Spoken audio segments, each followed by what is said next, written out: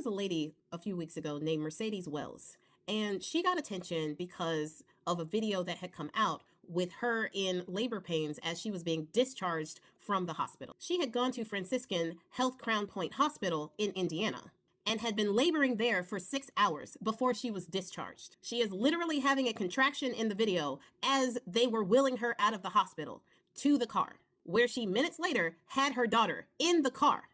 Even though she had been there for 6 hours laboring, they hadn't let her see a doctor before essentially kicking her out of the hospital.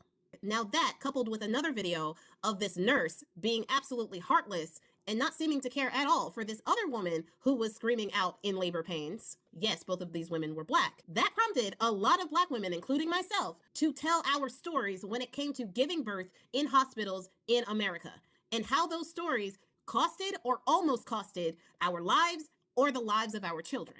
In my case, it cost me my daughter. So because of the outcry that came out with these videos, there have been a couple of updates with the case of Mercedes Wells. For one, the president and CEO of Franciscan Health Crown Point Hospital came out with an apology to Mercedes Wells and her family. He also said that all of the staff who were involved with discharging her when she was in active labor have been fired. I personally think the Wells family should sue them for everything that they are worth. But that's just me, and I hold grudges. The president and CEO also said that they are going to mandate culture competency training for people in labor and delivery. Now, I think this culture competency training should be in all aspects of their hospital, because it isn't just childbirth that they don't listen to Black people and Black women. It's in all aspects of health, mental health included. So the whole hospital needs an overhaul in culture competency, in my opinion. And just on that note, that is one thing that DEIA initiatives did around the country in every aspect. DEIA initiatives created an environment where they provided things like culture competency training, non-bias training.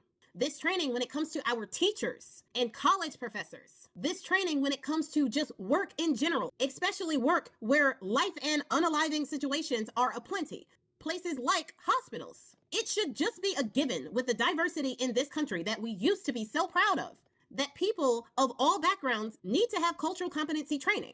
And again, this is all backgrounds, because everybody pretty much grows up in their own little bubble, in their own experience as what they are. And it is really difficult to put yourself in the shoes of other people when you don't have training like that. Even a person of color would need cultural competency training on another person of color, because the cultures are different.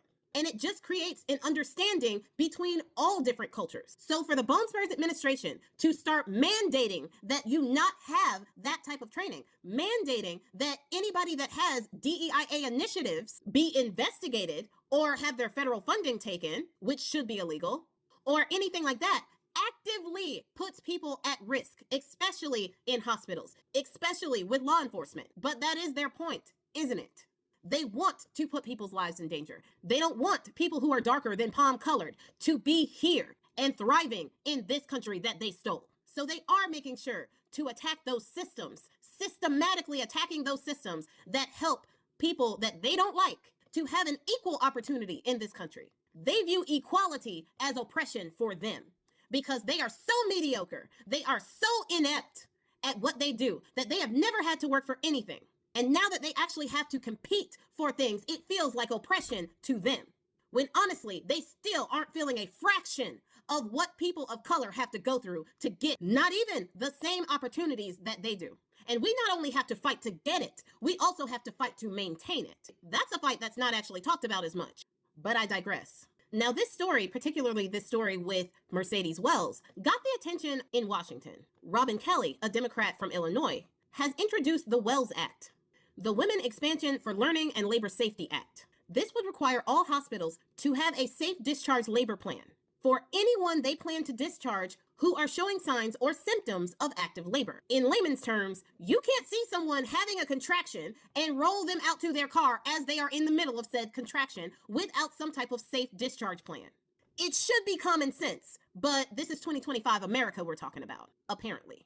Now, this bill, the Wells Act, would also mandate racial bias training for all healthcare professionals. This is what I was talking about, because the problem isn't just in labor and delivery.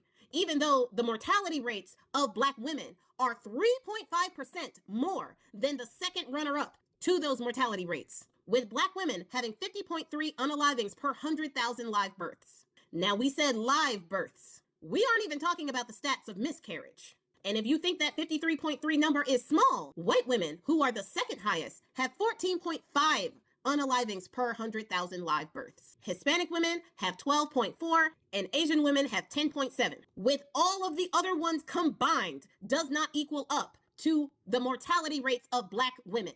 And this is just when giving birth. But as sad as that is not the only time Black women are not listened to in the hospital.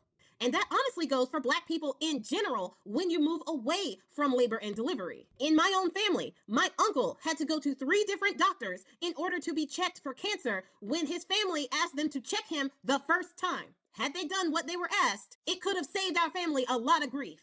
Because when they finally checked him, he had exactly what the family said they feared he had. But they don't listen to Black people. So this racial bias training really does need to span the scope of healthcare professionals. Now, Robin Kelly is no stranger to getting maternal health legislation passed through Congress. She guided the Maternal Health Quality Improvement Act through Congress for it to pass in 2022. And along with the Wells Act, just last week, she reintroduced the Care for Moms Act. Now, as for Mercedes Wells, she had the baby in the car. The baby, Elena, is doing fine, but a few days after she was discharged from the hospital, the second time, she had to go back to the hospital for pains that she had never felt before. Probably because of the trauma of how she gave birth in the first place. In all honesty, I've said it before and I'll say it again. When this country is retaken and we are putting back the pieces of our broken institution, Black women need to be at the forefront of everybody's minds and decisions at that point. Because we get the short end of every single stick that there is. I said what I said.